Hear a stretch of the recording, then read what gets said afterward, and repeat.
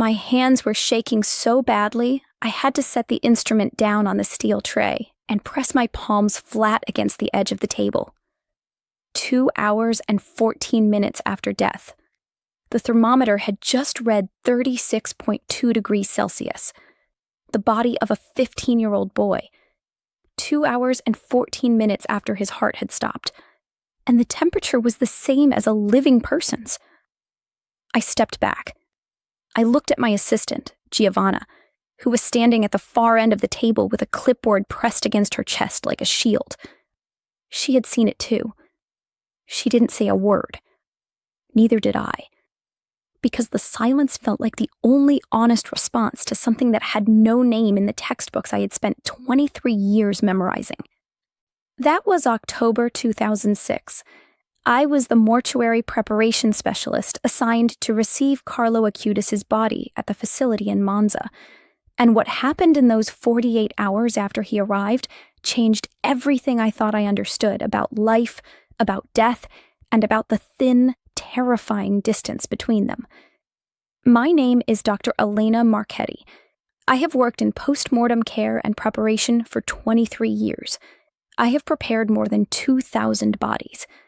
I hold a certification in forensic preparation from the University of Padua, a secondary qualification in mortuary science from the Catholic University of Milan, and I have consulted for 3 diocesan causes of beatification. I am not a woman who jumps to conclusions. I was not then, and I am not now. For 2 years after October 2006, I told no one what I experienced. Not my supervisor, not my priest, not my husband. I buried it inside a professional language that had no room for what I had witnessed. And every time someone mentioned Carlo Acutis' name in a newspaper, every time his photograph appeared in a parish bulletin, my chest would tighten, and I would find a reason to leave the room. There are 3 things I never explained publicly. The first is what the thermometer showed me at 2 hours and 14 minutes after death, and what it showed me again 4 hours after that. The second is what Carlo's mother told me outside the preparation room, words she said she had been instructed to deliver to me specifically by Carlo himself weeks before he died. And the third is the sealed envelope that a priest placed in my hands the morning after the body arrived, with instructions I did not follow for 14 years. I didn't follow them because I was afraid of what I would find inside. Today, I tell all of it. I grew up in Bergamo, in a family that went to Mass the way families go to a dentist appointment, dutifully, without enthusiasm, relieved when it was over.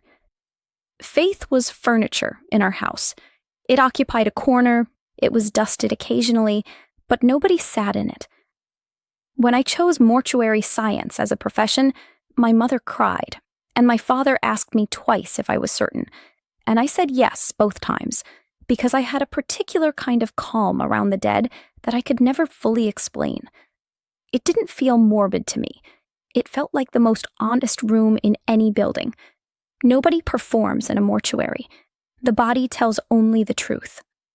By 2006, I had been the senior preparation specialist at a contracted facility serving 2 hospitals in the Monza Brianza area for 11 years. My professional relationship to Catholicism was exactly what you would expect from someone who worked daily with the dead, in a region where the church still conducted the majority of funeral arrangements. Respectful, functional, and carefully maintained at a professional distance from personal belief. I had prepared the bodies of nuns and priests and bishops. I had never felt anything I could not account for.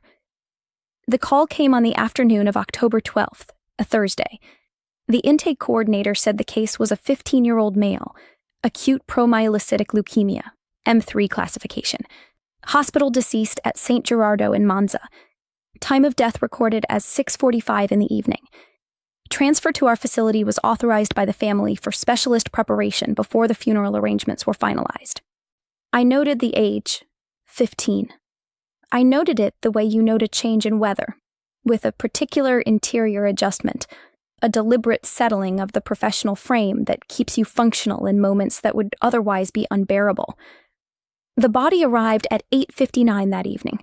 That is the time I recorded in my log. I still have the log. Page 47, entry number 12, third line from the bottom.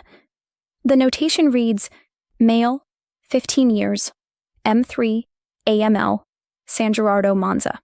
Time of death, 1845. Transport received, 2059. 2 hours and 14 minutes after recorded death. What I had not been told, and what no intake form prepared me for, was the condition of the body when I opened the transfer bag.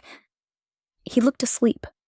And I need to say that plainly, without embellishment, because in 23 years of this work, I have seen many bodies, and I know exactly what a body looks like 2 hours after death. I know the gray-blue shift in the lip tissue. I know the particular settling of the facial muscles into a specific flatness that is unlike sleep, unlike unconsciousness, a finality that the human eye registers instinctively. I know the temperature gradient you feel when you first make physical contact, the way the peripheral extremities cool faster than the core. I know all of it. This was different. His expression was what stopped me first. There was a quality of stillness in his face that I had no clinical category for. My assistant, Giovanna, was at my left side, and I heard her draw a short breath. I reached for my calibrated contact thermometer, a Hanna Instruments HI 93555, calibrated that same morning at 7:15 a.m., with the calibration log taped to its case, and I took the first reading from the right forearm, mid-anterior surface, 36.2 degrees Celsius. I read the display twice. I took a second reading from the left forearm, 36.1. I moved to the temporal region of the head, 36.3. I set the instrument down, and I pressed my palms flat against the edge of the table. There was something else in that room that I had no instrument to measure. A quality of the air, not a smell, not a temperature, not a sound. Something I can only describe as a particular kind of stillness that was different from the stillness of death. It was the stillness of something that had recently held an enormous amount of light. Giovanna said, very quietly, "Dr. Marchetti, the envelope." On the intake cart, among the transfer documents, there was a small sealed envelope, white, unremarkable. My name was written on it in handwriting I did not recognize. Below my name, in the same hand, were 5 words in Italian. Da aprire quando è il momento. To be opened when it is time. I picked it up. I put it in the front pocket of my lab coat, and I did not open it. That was the moment, right there, before I had even begun my formal documentation, that something shifted in the professional architecture I had spent 23 years building. I felt it shift the way you feel a floorboard give under your foot in a house you thought was solid. What I couldn't know, standing there with that envelope against my chest, was that the moment it was time to open it would not come for 14 years, and that what was inside would confirm, with a specificity that terrified me, every single thing I was about to witness over the next 48 hours. I am precise about my protocols. When something anomalous occurs in a preparation, my first obligation is to eliminate every possible technical explanation before I consider any other kind. That is not philosophy. That is professional practice. So when the contact thermometer read 36.2 degrees at 9:07 p.m., 2 hours and 22 minutes after the recorded time of death, I did not panic. I reached for the alternative instrument, a non-contact infrared thermometer, a Fluke 62 Max, also calibrated that morning at 7:15 a.m., calibration sticker dated and initialed. I took 3 readings from 3 separate surface zones. Right forearm, 36.1. Sternum, mid-thoracic, 36.4. Left lateral neck, 36.2. The instruments agreed. Both instruments. Calibrated the same morning. I documented every reading. Then I went through the rational checklist. Could the transport vehicle have maintained elevated ambient temperature long enough to account for surface warmth? Unlikely. Transport vehicles in this region in October maintain approximately 8 to 12 degrees Celsius for standard transfer. Could the leukemia itself have generated sufficient metabolic heat in the final hours to delay cooling in an unusual way? M3 acute promyelocytic leukemia does not produce that kind of thermal residue. I had seen AML cases before. The biochemistry doesn't work that way. Could there be an error in the San Gerardo time of death record? I called the hospital at 9:34 p.m. The attending physician on record confirmed death at 18:45, and he confirmed that the patient had been unresponsive, with no cardiac activity recorded from that time. He sounded puzzled by my call. I thanked him and hung up. The body was cooling, slowly, but not at the standard rate established by the Henschke nomogram, the accepted forensic model for postmortem cooling, which, for a body of this mass, in an ambient temperature of approximately 16 degrees Celsius, would project a core temperature between 22 and 24 degrees at this elapsed time. By 11:15 p.m., 4 hours and 30 minutes after death, I took a new reading. The contact thermometer showed 34.8 degrees. The Henschke model projected a range of 19.4 to 21 degrees for that elapsed time. 34.8. The model said 19 to 21. The gap was not a rounding error. The gap was 15 degrees of unexplained retained warmth in a body 4.5 hours deceased.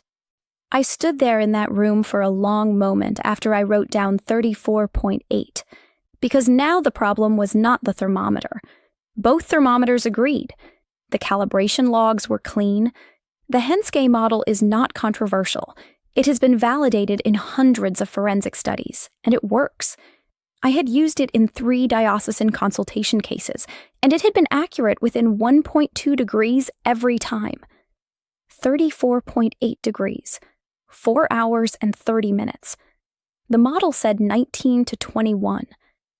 That was when Giovanna said something I have thought about every day since. She said, "Elena, look at his face." I looked. The quality I had noticed when the body arrived, that particular stillness, had not diminished. If anything, in the 4 hours since the transfer, it had deepened. His expression carried something that I have never found the correct clinical term for, and believe me, I have tried. In the formal notes I eventually filed for the diocesan inquiry in 2018, I used the phrase post-mortem facial tonicity inconsistent with expected muscle laxity at elapsed time. That is the most accurate technical description I could produce. What it means in plain language is his face looked like a person in a state of deep, peaceful prayer. I noted it, I documented it, I stayed professional. And then at 10 minutes past midnight, 5 hours and 25 minutes after death, I found the second anomaly. I had begun the external documentation phase, a systematic visual and tactile assessment of the body surface. At the left forearm, approximately 4 centimeters proximal to the wrist, I identified what appeared to be a faint discoloration, an irregular patch, roughly 2 centimeters by 1.4 centimeters, with a texture that was slightly different from the surrounding skin. Not a bruise.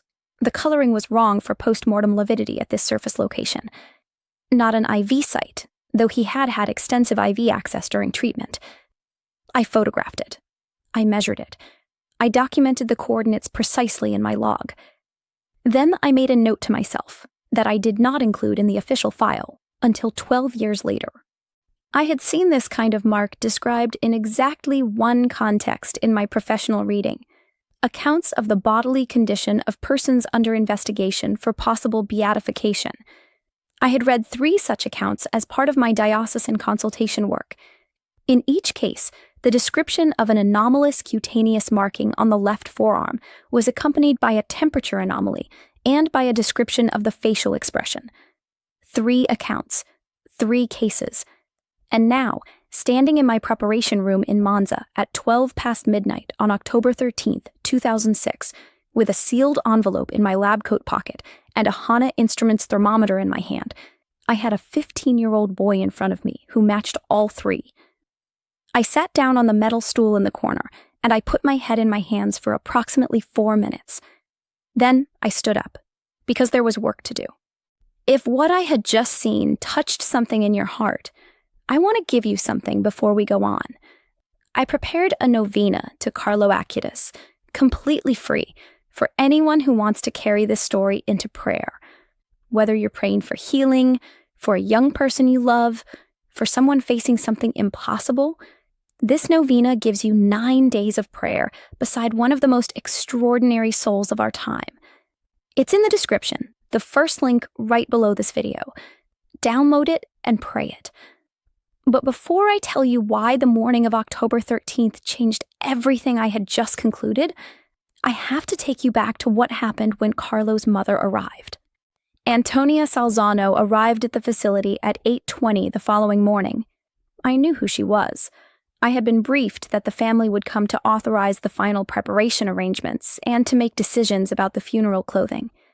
I had prepared a professional summary of the documentation from the previous night. I had not decided what I would say about the temperature readings. She was smaller than I expected, dark-haired, composed, with the particular kind of quietness that belongs to people who have been carrying something enormous for a long time and have stopped fighting it. She shook my hand, and she looked at me with a directness that I found immediately disorienting, because it was not the look of a grieving mother meeting a professional. It was the look of someone who knew me, or knew something about me that I hadn't yet said. We went through the formal items, clothing selections, timing, documentation. She answered everything with precision and clarity. Then, when we had completed the official items and I was preparing to conclude the meeting, she did something unexpected. She asked my assistant to give us a moment alone. Giovanna left the room. Antonia Salzano folded her hands in her lap and said, in Italian, "My son told me to give you a message." I kept my expression still, professionally still. She said, "He told me, approximately 3 weeks before he died, that the woman who would prepare his body would be afraid of what she found, and that she should not be. He said she would want to explain it away, and that she should resist that impulse. And he said," she paused here, and for the first time something moved in her composed expression, a small quiver at the corner of her mouth. He said to tell her that the envelope has the answer to the question she doesn't know yet how to ask. The room was very quiet. I put my pen down on the table. I said, "How did he know my name?" She said, "I don't know. He just said, 'The woman who prepares his body.' He described you quite specifically. Height, dark hair, the way you hold your pen when you take notes." She paused. "He said you would be holding your pen when she told you this." I looked at my hand. The pen was resting on the table because I had just set it down, because my hand had moved to set it down without my deciding to. I said nothing for 11 seconds. I counted them. Then I said, "What was his temperature when he died?" She looked at me with that same directness and said, "The nurses said he was warm, even after. They remarked on it." I wrote down, "Family corroboration of thermal anomaly." I wrote it in the smallest handwriting I have ever produced in a professional document, as if making it smaller would make it less catastrophically significant. What I hadn't told Antonia Salzano, what I didn't tell anyone for the next 2 years, was that the temperature anomaly had continued through that morning. At 6:30 a.m., 8 hours and 45 minutes after recorded death, I had taken a final reading before beginning the formal preparation. The contact thermometer showed 31.6 degrees Celsius. The Henschke model, for a body of his mass in our facility's ambient temperature of 16.4 degrees Celsius, projected a range of 14.2 to 16.8 degrees at that elapsed time. 31.6. The model said 14 to 16. The gap had not closed. Over 8 hours, the body had cooled by approximately 4.6 degrees. A standard body cools from 37 degrees to ambient in 8 to 12 hours.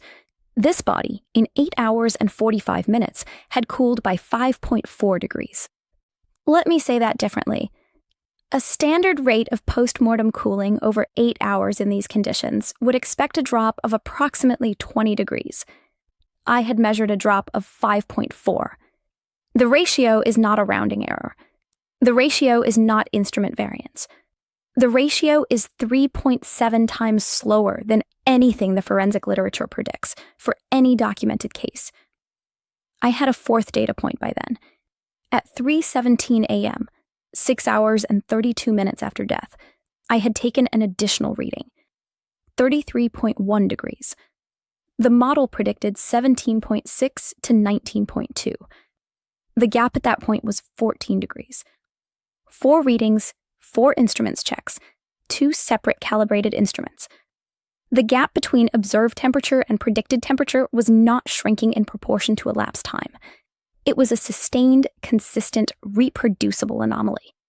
I had a particular thought at 3:17 in the morning, alone in that preparation room, that I will share with you now, because it is the most honest thing I can report.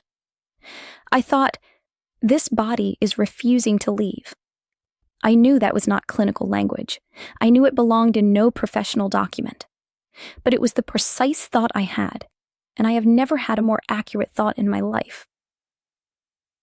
There was also something else developing in those overnight hours that I had not expected.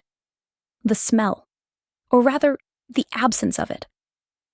Postmortem biological processes begin within hours of death and produce specific, identifiable olfactory compounds. By 6 hours in ambient conditions of 16 degrees, certain processes are measurably underway.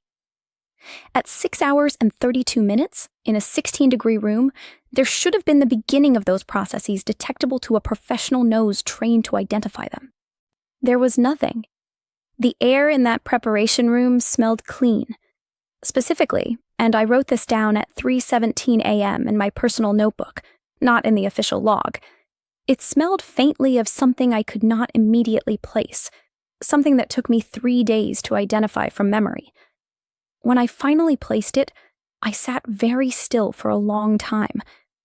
It smelled like the flowers in the little chapel at my grandmother's house in Bergamo, where I had gone to pray as a child. Before I stopped. The fourth open loop was already forming in the back of my mind that morning, though I didn't know yet how it would close. Because Antonia Salzano had mentioned something else before she left the facility. She had said that Carlo had been working on something, a project, a website, documenting Eucharistic miracles from around the world. She said he had been passionate about it in a way that went far beyond a teenager's interest in a subject. She said he had once told her that the Eucharistic miracles were proof that heaven was already touching the earth in ways that we walked past every day without seeing. I didn't know then that this project was the key to understanding everything I had witnessed. I didn't know that a specific entry on that website would eventually explain a connection I would spend 12 years trying to make.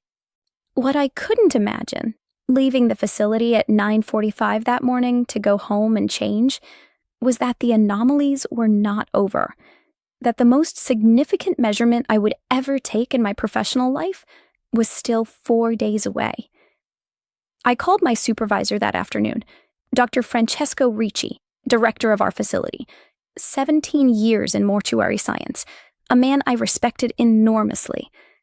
I told him I had an unusual case and asked whether he could review my documentation before I filed. He agreed, and we met at the facility at 3 p.m. I walked him through the temperature log. I showed him both calibration records. I showed him the photographs of the cutaneous marking and my measurements. I showed him the Henske nomogram calculations I had run 3 times, using 2 different calculation methods. He was quiet for a long time after I finished. Then he said, "Elena, run it again with a body mass adjustment." He was a child. There is a pediatric adjustment factor. I had used the pediatric adjustment factor. I showed him the calculation. He was quiet again. Then he said, "What do you want me to tell you?"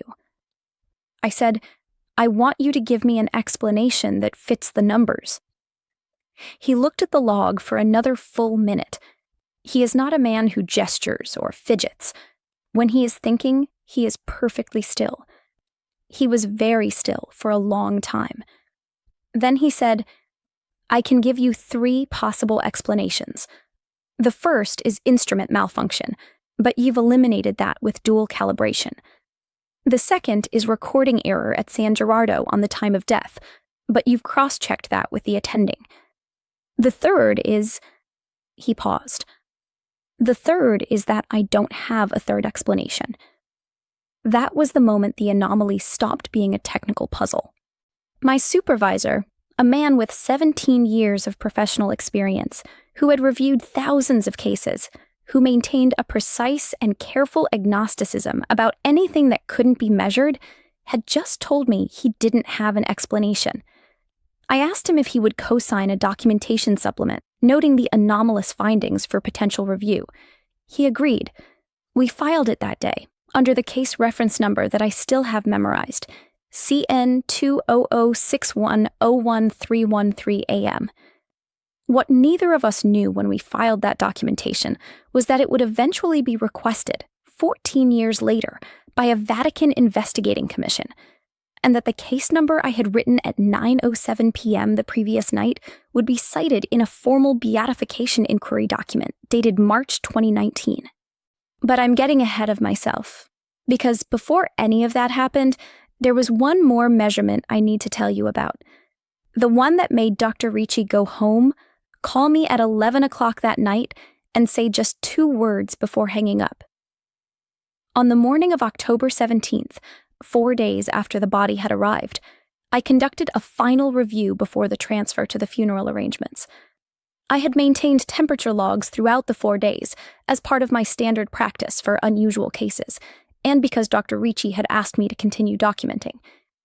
The reading at 7:42 a.m. on October 17th, 93 hours and 57 minutes after recorded death, in an ambient temperature that had ranged between 15.8 and 17.2 degrees over those 4 days, was 28.4 degrees Celsius.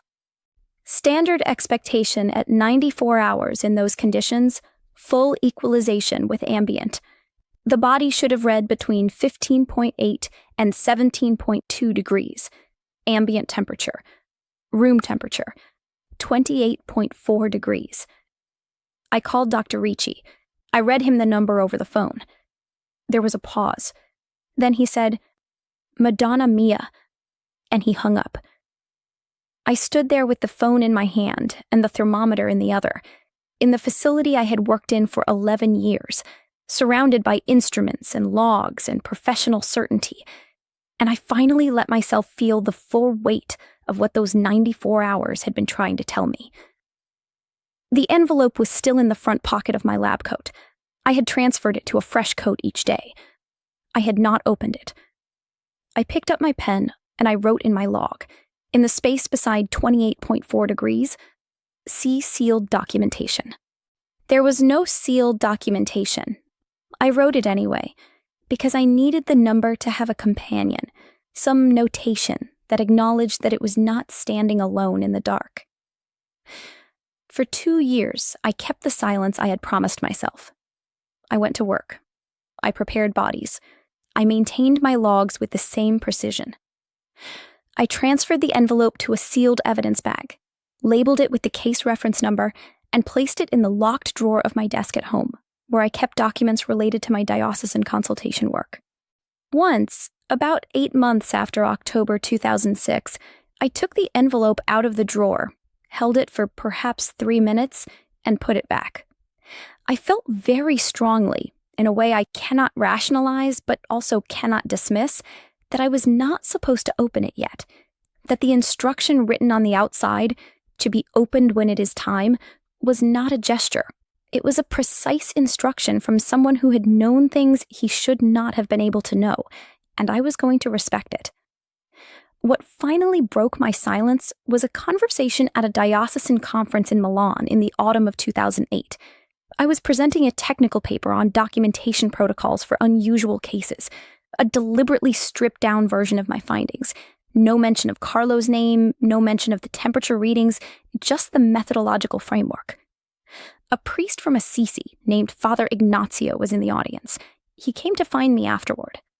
He said he had been involved in the preliminary documentation for a possible beatification cause, and that he had encountered 3 other accounts from professionals: a nurse, a hospital chaplain, and a photographer assigned to document the body for family records, who had described experiences consistent with what my paper was, very carefully, not saying directly. A nurse, a hospital chaplain, a photographer, 3 other professionals, 3 independent accounts. He asked if I would be willing to share my documentation with the inquiry team. I said I needed to think about it. I thought about it for 6 weeks. Then I called him back and said yes. And that was when the second phase of this story began, because sharing my documentation meant returning to the numbers, returning to the log, returning to the 4 years of notes I had made in the small personal notebook that lived in the same drawer as the envelope. And returning to it meant confronting the one question I had been successfully avoiding for 2 years. If the novena in the description has been sitting in your heart as you've been listening, now is the time to act on that. If you haven't downloaded it yet, it's still there, the first link below this video. Pray it for whoever needs it most. And if these stories mean something to you, if you keep finding yourself here listening to accounts like this one, this is where I gather them. But what I discovered when I began reviewing Father Ignazio's files changed even the way I understood what I had measured, because it turned out the temperature anomaly was only the beginning of what had been documented. Father Ignazio sent me a package of documents in December 2008, 47 pages photocopied, with certain names redacted per the inquiry protocols. I read it over a weekend at my kitchen table, with a cup of tea that went cold twice because I kept forgetting to drink it. The nurse's account was filed on October 14th, 2006, the morning after the transfer to our facility. She had been present at San Gerardo during the final hours and had remained with the body in the hospital room for approximately 40 minutes after the official time of death was recorded at 6:45 p.m. She noted that she had taken a routine auxiliary temperature reading at 7:12 p.m., 27 minutes after recorded death. Her reading, 36.8 degrees Celsius. She noted it in her own records as anomalous. She used a standard clinical thermometer, calibrated that week. 36.8 degrees, 27 minutes after death. For 0.6 centimeters higher than the 36.2 I had recorded 2 hours later. This was not the same instrument. This was not the same person. This was not the same location. The numbers were consistent. The chaplain's account was the one that took the longest to process. He had been called to administer last rites, and he had arrived at 6:30 p.m., 15 minutes before the recorded time of death. He remained in the room. He described what he called a quality della luz, a quality of light that he had not encountered in 31 years of hospital ministry. He described it carefully, not a physical light source he could identify, not a reflection from the window, not an effect of the fluorescent overhead lighting. A quality of luminosity that seemed to originate from the proximity of the patient. He had experienced something similar, he wrote, at one other bedside in 31 years, and on that occasion the person had recovered from what the physicians had described as unsurvivable neurological damage. He also described the temperature. He wrote that when he placed his hands on Carlo's hands during the sacrament of the sick, and again after, he felt warmth of the kind he associated with living patients. He wrote, "I have held the hands of the dying and the recently deceased many hundreds of times. I know the temperature of death. This was different. I set that page down and looked at my kitchen wall for a while. The photographer's account was the 4th document. She had been contracted by the family to document the body for memorial records, a not uncommon practice in Italian Catholic families, and she had arrived at the facility the following morning, October 13th, at approximately 10 a.m. She was a professional photographer with 15 years of experience in memorial photography. She described her technical setup, a Canon EOS 5D with a 50mm f/1.4 lens, ISO 400, natural light supplemented by a single portable softbox at 45 degrees. She wrote that she had taken 43 images over approximately 35 minutes. And she wrote that in reviewing the images afterward, She had found that in 7 of the 43 photographs, the 7 taken between 10:22 and 10:31 a.m., there was a quality of the light falling on the face that she could not reproduce in post-processing and could not account for technically. She had the images reviewed by 2 colleagues. Both described the same thing she had seen, a particular luminosity around the facial region that was inconsistent with the documented light sources. She wrote, "I have photographed more than 200 memorial arrangements in 15 years. I have never seen light behave this way. I had been in that room at 10:22 a.m. I had been in the room for the entire morning. I had not seen an anomalous light, but I had taken my temperature readings at 6:30 a.m. before the photographer arrived." Which raised a question I had not considered until that moment. If the thermal anomaly was still present at 6:30 a.m., and the photographer had documented a light anomaly at 10:22 a.m., what did that mean about the relationship between the 2 phenomena? I made a note in my kitchen table notebook, asterisk sequence. Thermal anomaly precedes or coincides with luminous anomaly. Possible phase relationship. Check against other documented cases. Asterisk, then I turned to page 31 of Father Ignazio's package, and I found something that stopped me completely. It was a transcript. 2 pages. A conversation between Father Ignazio and Antonia Salzano, dated November 2006, 1 month after Carlo's death. In it, Antonia described a series of statements Carlo had made in the final weeks of his illness. Statements about specific events that would occur after his death. Statements about specific people. One of those statements was about me. He had not used my name. He had described the woman who receives the body and had said, "This is the transcript, verbatim. She will carry something of mine without knowing it, and she will open it in a place she has never been, in a year that begins with a new decade. And what she finds will answer a question she has been carrying for the same number of years. A year that begins with a new decade. A place she has never been. The envelope in my desk drawer had been waiting since October 2006. A year that begins with a new decade. The next decade began in 2010. And after that, 2020. I sat at my kitchen table and I felt the back of my neck go cold in a way that had nothing to do with ambient temperature. What I couldn't understand yet was the full scope of what Carlo had documented in those final months. The Eucharistic Miracles Project, the website Antonia had mentioned in our meeting, turned out to be something of extraordinary scope for a 15-year-old.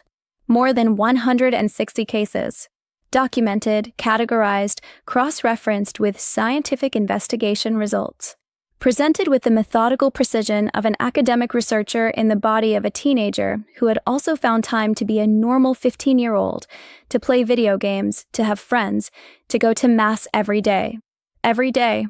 Father Ignazio had included a brief biography in his package. Carlo had attended Mass and received the Eucharist every single day from approximately the age of 7.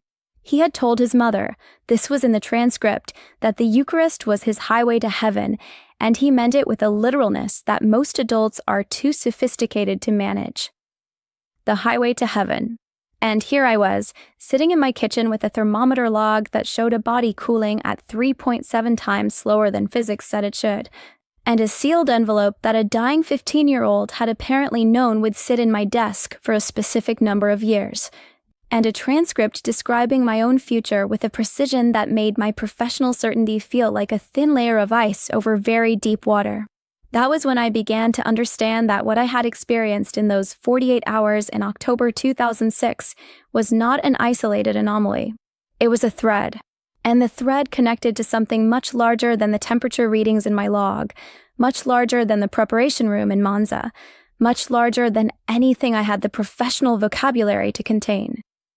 And the minor question I had been carrying since October 13th, the question about what the 4th day's reading of 28.4 degrees meant in relation to the cutaneous marking, the question I had been filing away under pending further data for 2 years, finally had a framework. The marking at the left forearm, for centimeters proximal to the wrist. The same location described in 2 of the 3 beatification accounts I had read in my professional reference library. The same location where, in each of those 2 accounts, an investigating physician had noted a temperature differential. the skin at that location consistently warmer than the surrounding surface area. I had measured the temperature of that specific location on the evening of October 12th, 36.6 degrees, against a forearm surface average of 36.2, a differential of 0.4 degrees. I had not known what to make of that differential at the time. 0.4 of a degree. It could have been instrument variation, body part variation, measurement angle. I had not flagged it specifically in the official log. But standing in the light of the documents Father Ignazio had sent, that 0.4 degree differential at a specific anatomical location, consistent across two historical case accounts from the beatification literature, was not instrument variation. It was a pattern. 3 separate data streams from 3 separate instruments in 3 separate hands, pointing to the same location on the same body at different times. The nurse's reading, my readings, the pattern in the historical literature. My supervisor had told me he didn't have a third explanation. I was beginning to think the third explanation had been present from the beginning, and I had simply been running the wrong kind of instrument to detect it. The Vatican inquiry request came in January 2019. A formal letter, Diocese of Assisi letterhead, requesting that I make available my original documentation from Case CN 2006-1013, AM for review by the Investigating Commission for the Beatification Cause of Carlo Acutis. My supervisor's cosign supplement was specifically requested by reference number. I was 54 years old. I had been carrying this case for 13 years. I made copies of everything and sent the originals by registered post to Assisi. I kept the copies in a fire-safe box. And I kept the envelope because the Vatican request did not mention the envelope and the instruction on it had not been fulfilled. A year that begins with a new decade. A place I had never been. I had been to Assisi once, in 1994, as a tourist. I had seen the Basilica of San Francesco. I had not been to the Basilica of Santa Maria Maggiore, the smaller basilica, the one where, as of 2019, Carlo's remains had been transferred and placed in a glass-fronted tomb following the examination that had confirmed the body's state of integrity. Integral. That was the word used in the official announcement. The body, examined in January 2019, had been found in a state of significant integrity more than 12 years after death. I read that announcement in a newspaper on February 7, 2019. I sat with it for a long time. 12 years. My temperature log from October 2006. My reading of 28.4 degrees at 93 hours and 57 minutes after death. The body refusing to leave. And now, 12 years later, the formal scientific examination confirming a state of integrity inconsistent with normal decomposition timelines. The same body, the same pattern, 13 years apart. I called Father Ignazio that evening. He had been following the developments. He said he had hoped I would call. He said the commission would very much like me to come to Assisi, to present my documentation in person, and to visit the tomb. I had never been to the Basilica of Santa Maria Maggiore, a place I had never been. I booked the train to Assisi for March 14, 2019.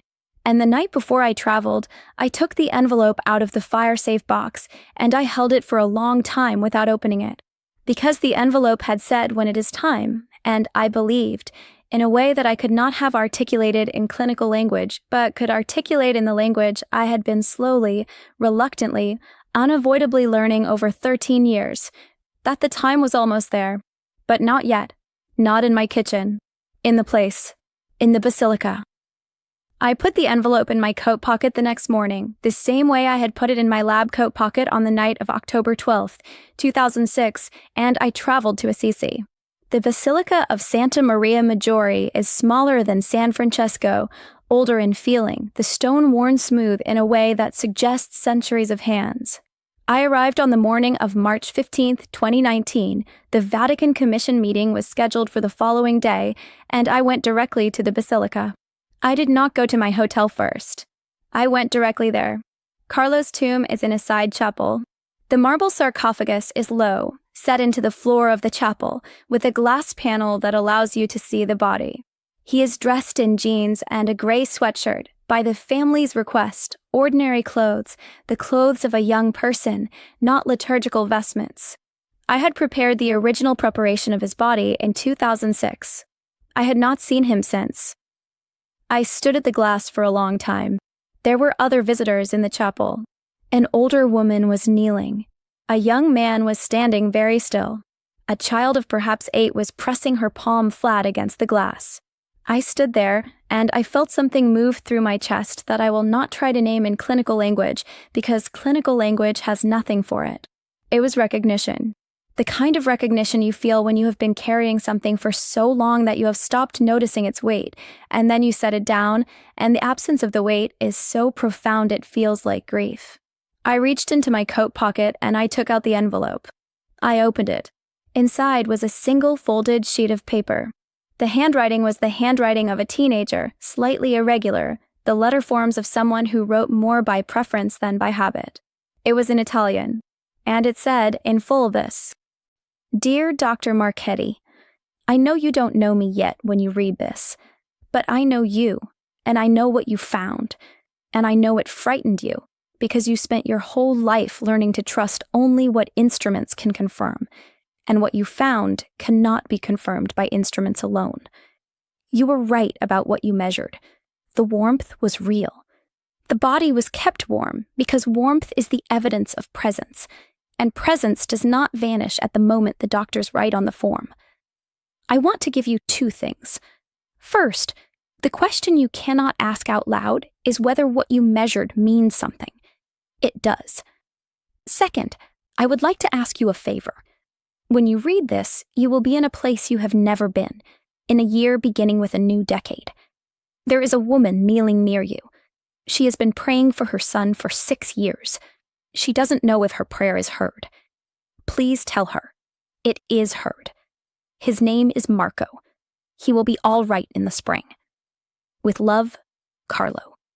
I looked up from the letter. There was an older woman kneeling 3 meters from me. She had been kneeling when I arrived. She was still kneeling. My hands were shaking. The same shaking I had felt at the edge of the steel table in 2006, pressing my palms flat to stop the trembling. I stood there for almost 2 minutes. Then I walked over to her. I crouched down so we were at the same level. I said, in Italian, very quietly, "Excuse me. I'm sorry. I don't know how to explain this, but I believe I have something to tell you." She looked at me. Her eyes were red from crying, but calm, the way eyes get when the crying has been going on for so long that it has become simply the condition of being. I said, "Is your son's name Marco?" She went completely still. Her lips parted. She said, "Yes." I said, "I believe he's going to be all right. In the spring." And the sound she made? I have been present at many moments of extreme human emotion in my professional life. I have been trained to remain steady in those moments. But the sound she made unmade me completely for the first time in 23 years of professional steadiness. It was not a sob. It was not a cry.